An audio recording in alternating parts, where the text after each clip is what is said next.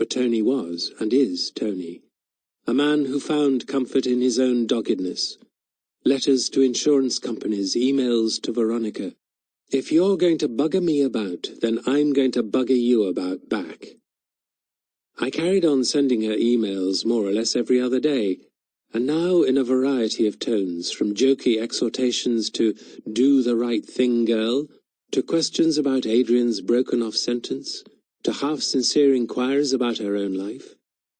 I wanted her to feel that I might be waiting whenever she clicked on her inbox, and I wanted her to know that even if she instantly deleted my messages, I would be aware that this was what she was doing and not surprised, let alone hurt. And that I was there, waiting. Time is on my side, yes it is. I didn't feel I was harassing her. I was just after what was mine, and then, one morning, I got a result. "I'm coming up to town tomorrow. I'll meet you at 3 in the middle of the wobbly bridge." I'd never expected that. I thought everything would be done at arm's length, her methods being solicitous and silence. Maybe she'd had a change of mind, or maybe I'd got under her skin. I'd been trying to, after all. The Wobbly Bridge is the new footbridge across the Thames linking St Paul's to Tate Modern. When it first opened, it used to shake a bit, either from the wind or the mass of people tramping across it, or both. And the British Commentariat duly mocked the architects and engineers for not knowing what they were doing. I thought it was beautiful. I also liked the way it wobbled. It seemed to me that we ought occasionally to be reminded of instability beneath our feet. Then they fixed it, and it stopped wobbling, but the name stuck, at least for the time being. I wondered about Veronica's choice of location, also if she'd keep me waiting and from which side she'd arrive. But she was there already. I recognized her from a distance, her height and stance being instantly familiar. Odd how the image of someone's posture always remains with you, and in her case, how can I put it? Can you stand impatiently? I don't mean she was hopping from one foot to the other, but an evident tenseness suggested she didn't want to be there. I checked my watch. I was exactly on time. We looked at one another. "You've lost your hair," she said. "It happens. At least it shows I'm not an alcoholic."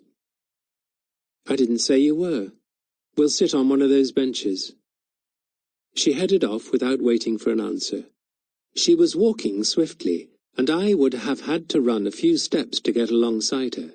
I didn't want to give her this pleasure, so followed a few paces behind to an empty bench facing the Thames. I couldn't tell which way the tide was running as a whippy crosswind stirred the water's surface. Above, the sky was grey. There were few tourists. A rollerblader rattled past behind us. "Why do people think you're an alcoholic?" "They don't." "Then why did you bring it up?" "I didn't bring it up. You said I'd lost my hair. And it happens to be a fact that if you're a very heavy drinker, something in the booze stops your hair falling out."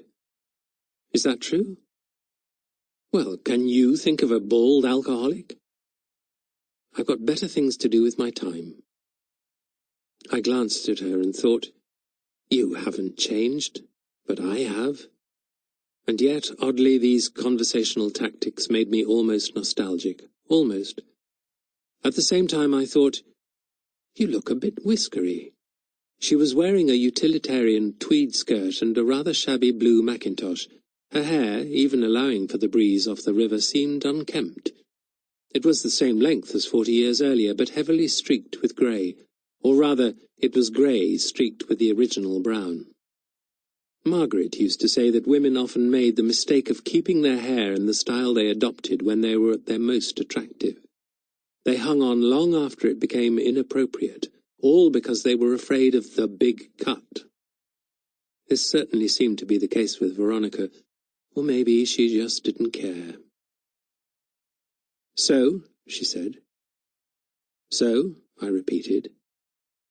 "You asked to meet?" "Did I?" "You mean you didn't?" "If you say I did, I must have." Well, is it yes or no? She asked, getting to her feet and standing yes impatiently. I deliberately didn't react. I didn't suggest she sit down, nor did I stand up myself. She could leave if she wanted, and she would, so there was no point in trying to hold her back. She was gazing out over the water. She had 3 moles on the side of her neck. Did I remember them or not?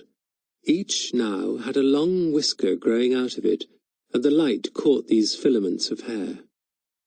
Very well then, no small talk, no history, no nostalgia. To business. Are you going to let me have Adrian's diary?